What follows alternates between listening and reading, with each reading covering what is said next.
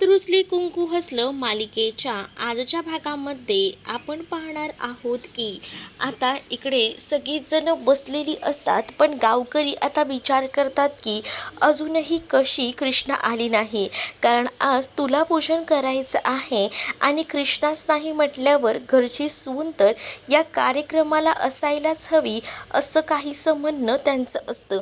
आणि यासाठी ते आता आवाज उठवत असतात, हो येईल येईल, लवकरच येईल. दुष्यंत देखील आता बाळजाला सांगत असतो. बाळजा म्हणत असते की अजून किती वेळ आपण कृष्णेची वाट बघणार आहोत. तुला सांगितलं होतं का तिनं ती लवकर येणार आहे ते. मुद्दामूनच बाळजा दुष्यंतला विचारत असते. त्यावर दुष्यंत सांगू लागतो की हो, मला तिनं सांगितलं होतं की ती वेळेवर येणार आहे. अरे मग ती पोरगी राहिली कुठे. दुसरीकडे कृष्णा आता त्या अनुसुयेच्या घरी असते आणि मग ती तिचा 26 वर्षापूर्वीचा भूतकाळ सांगत असते. त्यामध्ये सांगताना ती बोलू लागते की बघ, जेव्हा मला गोळी झाडली गेली ना, तिथेच कोसळले आणि अढळरावांना असं वाटलं की त्यांच्या हातूनच हा खून झाला आहे आणि त्यांना सुद्धा या सगळ्याचा खूप मोठा पश्चाताप झाला. तेही आता टेन्शनमध्ये होतेच आणि त्यातच मग मला अजूनच टेन्शन आलं होतं. पण तेव्हा ना या बाळजानं अचूक गेम साधला होता. तिनं मला एका गावाबाहेरील शेतामध्ये नेऊन टाकलं होतं, पण माझं जीव तेव्हासुद्धा वाचला होता. तेव्हाही मला असंच वाटत होतं की मला काही जमणार नाही, पण त्यावेळेला सुद्धा मला या सगळ्या गोष्टी ज्या आहेत ना त्या नेमक्या जमल्या होत्या. म्हणजेच बाळजानं मला जरी ढकललं असलं तरीसुद्धा मी वाचले होते. मग तुम्ही तेव्हाच का घरला आलात नाही. काय करू पोरी, घरला येऊन मला माहिती होतं या सगळ्या गोष्टी अशा पद्धतीने घडल्या आहेत आणि तेव्हा माझ्या पोटात ना बाळही होतं. मग मी विचार केला की मी जर पुन्हा घरी जाईन तर ही बाळजा माझ्यासोबत माझ्या बाळाचा सुद्धा नायनाट करेल. म्हणूनच मग मी विचार केला की एकटीनं जगायचं. मी कसे खडतर जीवन जगली आहे माझं मलाच माहिती आणि ह्या पोराला लहानाचं मोठं मी एवढ्या वर्षात स्वतःच तर केलेलं आहे. मला कोणाची साथ होती की काही, तरीसुद्धा मी या सगळ्या गोष्टी केल्या. का तर माझ्या नशिबी हे भोग आहेत, तर मला ते भोग भोगावेच लागतील असा विचार करून. पण आता मग तुम्ही या गावात कसे काय आलात, म्हणजेच आत्ताच तुम्हाला ह्या सगळ्या काही गोष्टी सगळ्यांसमोर कशा मांडायच्या आहेत असं कृष्णा विचारते. त्याच वेळेला आता कृष्णाला समोर सांगू लागतो की ते झालं असं की माझ्यासाठी ना एक बघायला मुलगी आली होती. तिचंही माझ्यावर खूप जास्त प्रेम होतं आणि मीही तिच्यावर प्रेम करायचो. पण त्याच वेळेला ना तिच्या घरच्यांनी विचारलं की तुझे वडील काय करतात, तर मग माझे वडील नेमके काय करतात ना हेच मला माहिती नव्हतं. मग मी त्यांना काय सांगणार. आणि मग त्यानंतर मी विचारलंसुद्धा ह्यांना की वडिलांचं नेमकं काय झालं होतं. तेव्हा मला आईनं ही सगळी गोष्ट सांगितली. खरं तर माझा हक्क मला मिळायला हवा, म्हणूनच माझी आई मला म्हटली की आपण पुन्हा या गावी जाऊया, मग तुला तुझा हक्क मिळेल. आणि आम्ही जेव्हा या गावात आलो ना तेव्हा आम्हासनी कळलं की तू अन्यायाविरुद्ध उभी राहून सगळ्यांना न्याय मिळवून देतेस आणि म्हणूनच आम्ही तुझ्याकडे मदत मागायचं ठरवलं. देशील ना आम्हाला न्याय मिळवून, असं देखील आता कृष्णाला मुद्दामूनच अनुसया म्हणत असते. त्यावर अनुसयाकडे आता कृष्णा पाहतच राहते. कृष्णाला कळत नसतं की या सगळ्यामध्ये काय बोलावं ते, म्हणूनच कृष्णा शांत उभी असते. परंतु अनुसया तिला म्हणत असते की बघ, मी तुला एवढ्या सगळ्या गोष्टी सांगितल्या, या सगळ्या गोष्टी तुला खोट्याच वाटत असतील ना. त्यावर मात्र कृष्णा हो असं म्हणते. दुसरीकडे आता पाहायला मिळत असतं बाळजा वाट बघून बघून वैतागलेली असते. अक्षरशः रात्र झालेली असते तरीसुद्धा कृष्णा आलेली नसते. मग आता दुष्यंतला ती म्हणत असते की बघितलंस का दुष्यंता, अजूनही ती आलेली नाही. याचा अर्थ काय समजायचा. आता काय करायचं आहे तूच आम्हासनी सांग, म्हणजे आपण तसं करूया. मी तर म्हणतो ही तुला आपण आज कॅन्सलच करूया. कशाला उगाचच ना हे सगळं करूया, कारण सुनबाई आलेल्या नाही आहेत, औक्षणही झालेलं नाही आहे. मग आपण हे तुला पूजन कॅन्सल केलेलंच बरं, कारण गावकऱ्यांनासुद्धा ताटकळत आपण ठेवले. कधीच आपण हे असं गावकऱ्यांना उभं केलं नव्हतं. आज एवढ्या वेळ गावकरी आपल्यासाठी इथं उभं आहेत म्हटल्यावर मला बी वाईट वाटतंय की आपण ना हा प्रोग्राम कॅन्सल करूया. मग दुसरीकडे लगेचच आता जी मैनावती असते ती सुद्धा बोलत असते की ह्या कृष्णेला बी कळत नाही का, देवाची घराबाहेर गेली आहे, तिला लवकर यायचं समजत नाही का. मग आता तुला पोषण कॅन्सल बायजाबाई करत असतात ना, म्हणूनच मग आता दुष्यंत म्हणू लागतो की नाही नाही, मला असं म्हणायचं आहे की आपण हे तुला पूजन करायचं आहे. म्हणजेच काय तर मला सांगा, जर घरातली सून नसेल तर मग घरातला मुलगा तर आहेच ना, तो मुलगा हे सगळं काही करू शकतो. कारण आता गावकऱ्यांना बायजा नमस्कार करून तिकडनं जायला सांगत असते. त्याच वेळेला दुष्यंतने सगळ्यांना पुन्हा एकदा थांबवलेलं असतं आणि तो म्हणतो की कृष्णा नाही आहे म्हणून काय झालं, मी माझ्या आईचं औक्षण करतो आणि मग आई आपण तुझं तुलापूजन करूया. मुलीने केलं काय आणि मुलानं केलं काय एकच झालं ना, चल बस तू इथे आणि मग मी तुझं औक्षण करतो असं बोलून तिला आता खुर्चीवर बसवलं जातं. जशी ती खुर्चीवर बसते तसं तिचं आता औक्षण वगैरे दुष्यंत करायला सुरुवात करतो. जेव्हा औक्षण दुष्यंत करतो तेव्हा मात्र आता आजा म्हणत असते की आपण सुनबाईंची वाट एवढा वेळ बघितली पण बघ ना, तरी बी सुनबाई आल्याच नाही. बघूया आता ती कधी येते ते, पण आपण एवढ्यासाठी हे तुलापूजन थांबवायचं नाही, आजच्या आज हे तुलापूजन व्हायलाच हवं आई, असंही आता म्हटलं जातं.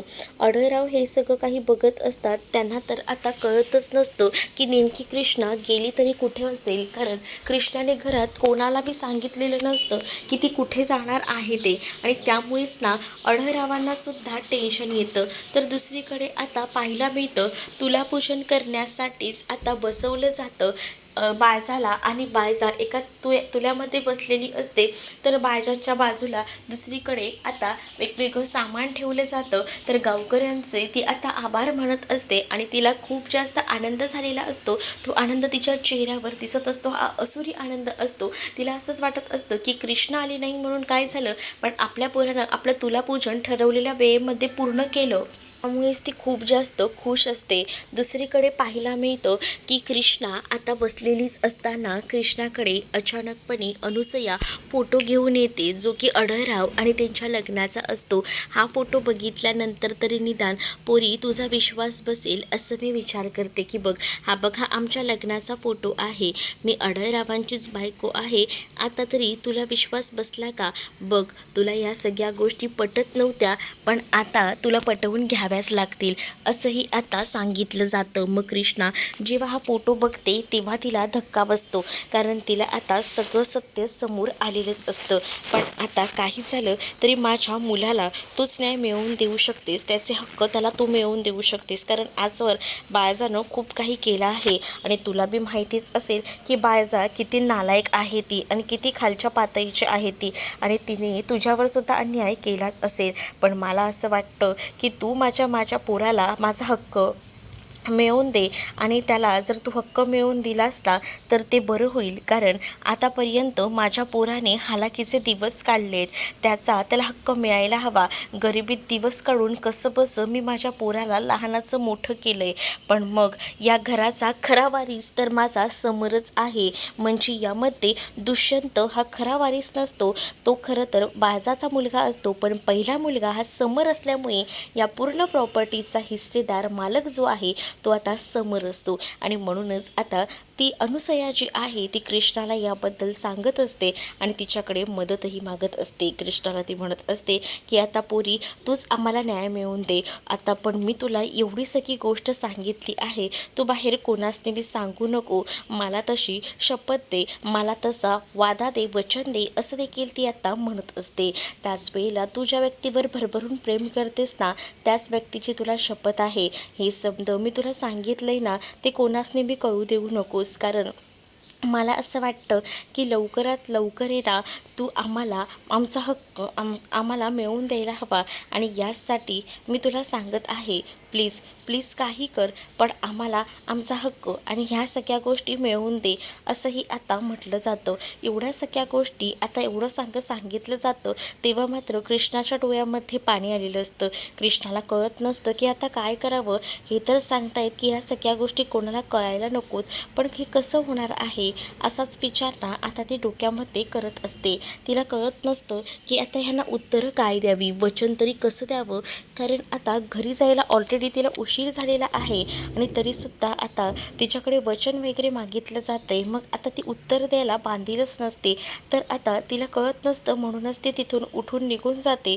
जेव्हा आता ती तिथून उठून निघून जाते ना, तेव्हा मात्र आता अनुसया विचार करते की ही पोरगी आता काही बोलून तर बसणार नाही ना, कारण एवढ्या सगळ्या गोष्टी भूतकाळातल्या सगळं काही सांगून टाकलेलं असतं आणि एवढ्या सगळ्या गोष्टी सांगितल्यानंतर आता तिला वाटत असतं की कृष्णाने काही झालं तरी कोणाला काही बी सांगायला नको आणि म्हणूनच ती समरकडे बघत असते. समरकडे बघत असतानाच कृष्णा मात्र आता बाहेर निघून जाते, कारण कृष्णाला कळत असतं की इथे आता जास्त वेळ थांबून उपयोग नाही आहे.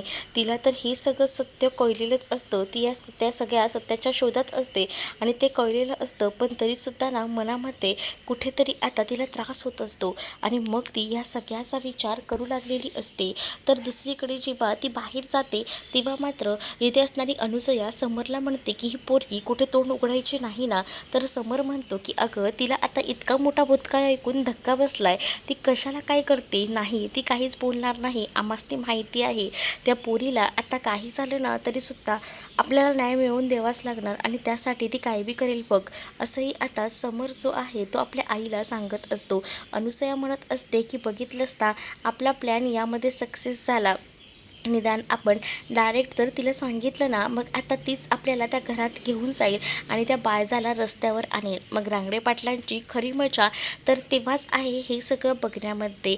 मग आता या सगळ्यामध्ये बाळजाला रस्त्यावर आणण्यासाठी कृष्णा या सगळ्यांनाच मदत करणार आहे. म्हणजेच अनुसया हे सगळं काही जेव्हा रडून रडून सांगते तेव्हा मात्र आता तिच्या डोळ्यातले अश्रू बघून कृष्णाला वाईट वाटत असतं आणि कृष्णालाही वाटत असतं की किती या मुलानं आणि ह्या सगळ्या गोष्टी सहन केल्या आहेत ते.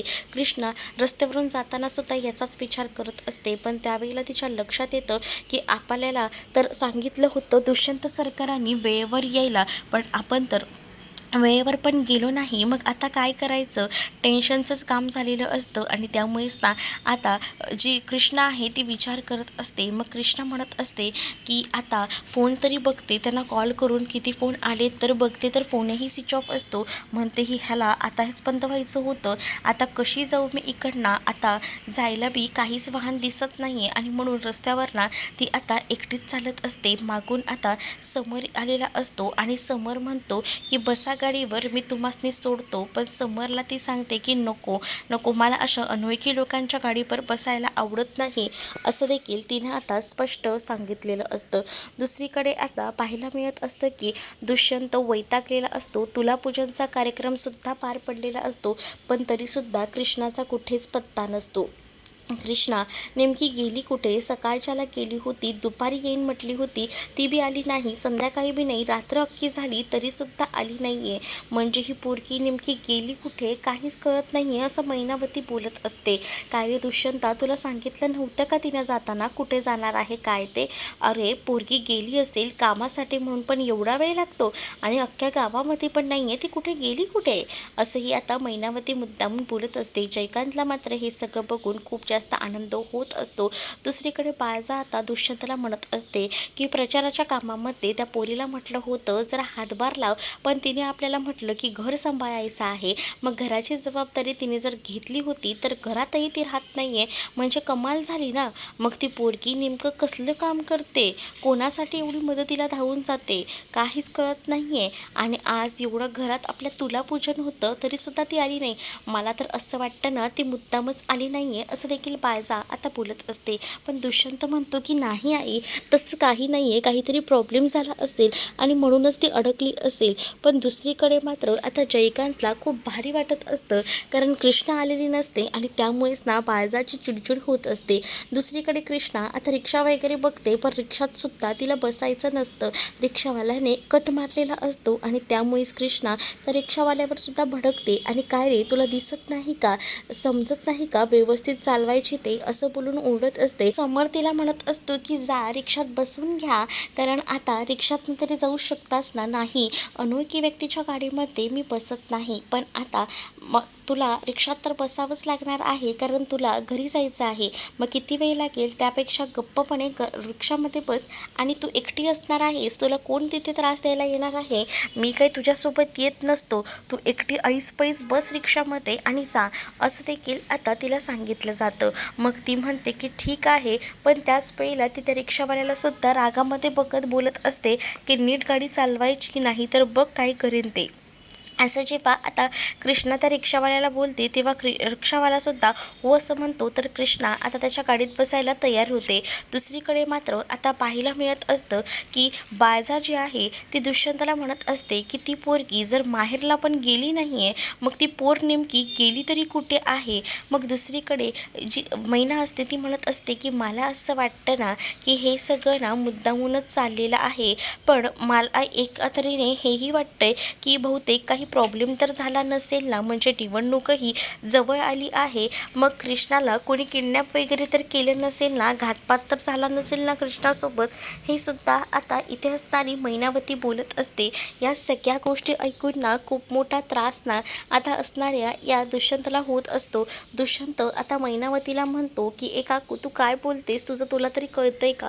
दुष्यंतला आता कृष्णा आलेली नसते म्हणूनच कळत नसतं की काय करावं, म्हणून तो आता चिडून ना पटकन बाहेर जायला निघतो. तेवढ्यातच आता कृष्णाला बाहेरून सोडायला समोर आलेला असतो. हे लांबूनच दुष्यंतने पाहिलेलं असतं. दुष्यंत जेव्हा हे सगळं बघतो तेव्हा तो कृष्णाला विचारायला जातो की तो मुलगा कोण होता जो तुला सोडायला आला होता? कृष्णा आता शांत उभी असते. कृष्णा शांत उभी असते म्हणून दुष्यंत आता या सगळ्याचा चुकीचा अर्थ लावून घेतो. दुष्यंत म्हणत असतो की या सगळ्यामुळे एक गोष्ट लक्षात ठेव, आपल्या दोघांमध्ये गैरसमज पसरतील, पण तू काही खरं सांगत नाहीयेस. त्यानंतर आता इकडे पायजा विचार करत बसलेली असते आणि पोरगी कुठे गेली असेल असं म्हणत असते. तर तिला दलपतराव म्हणत असतात की तुम्हासने तर माहिती त्या पोरीनं तुम्हाला चॅलेंज दिलंय, मग ती काहीतरी करून काही ना काही शोधण्यासाठीच तर गेली नसेल ना, असं देखील आता ते म्हणत असतात. डायनिंग टेबलवर सगळीजणं जेव्हा जेवायला बसतात तेव्हा सुद्धा कृष्णा शांत असते, म्हणून बायजा मुद्दामून म्हणत असते की आज सोनबाई शांत शांत दिसत आहेत. त्यावर मात्र शांतीतच राहून माझ्या मनामध्ये लय मोठे धमाके सुरू आहेत आणि थोड्याच दिवसात धमाके फुटतील असंही सांगितलेलं असतं. आणि त्यामुळेच ना आता शांत राहण्या वाचून इथे बायजाला पर्याय नसतो. बायजा चिडछुपपणे एकदमच शांत बसते, कारण तिला आता कृष्णाची भीती वाटत असते. तर तुम्हाला हा भाग कसा वाटला हे कमेंटमध्ये नक्कीच सांगा आणि अशाच नवनवीन भागांसाठी आपल्या चॅनलला सुद्धा सबस्क्राईब करायला विसरू नका. चला तर मग भेटूया पुढच्या भागामध्ये. तोपर्यंत टाटा बाय.